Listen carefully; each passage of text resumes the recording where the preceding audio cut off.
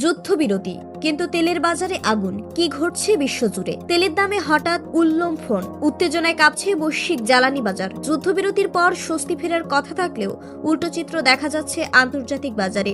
এশিয়ার বাজারে হঠাৎ করেই তেলের দাম বেড়ে গেছে অস্বাভাবিকভাবে। বৃহস্পতিবার যুক্তরাষ্ট্রের সম্ভাব্য সামরিক পরিকল্পনার খবর প্রকাশের পরই বাজারে অস্থিরতা শুরু হয়।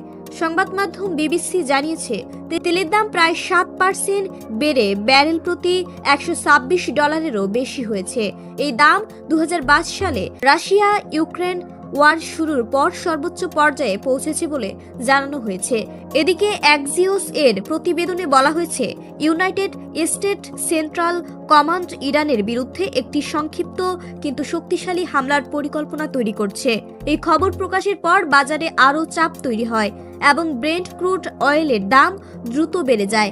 এর আগের দিনও যুক্তরাষ্ট্রের সম্ভাব্য নতুন অবরোধের খবর ছড়ালে তেলের দাম প্রায় 6% বেড়েছিল। তেলের দাম বাড়লে তার প্রভাব পড়ে সরাসরি সাধারণ মানুষের জীবনে, জ্বালানি, পরিবহন, এমনকি নিত্যপণ্যের দামও বেড়ে যেতে পারে।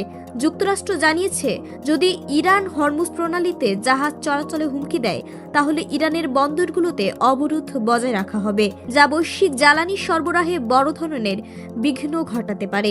তাহলে প্রশ্ন এখন একটাই, এটি কি সাময়িক বাজার প্রতিক্রিয়া নাকি বিশ্ব আবারও বড় জ্বালানি সংকটের দিকে এগোচ্ছে?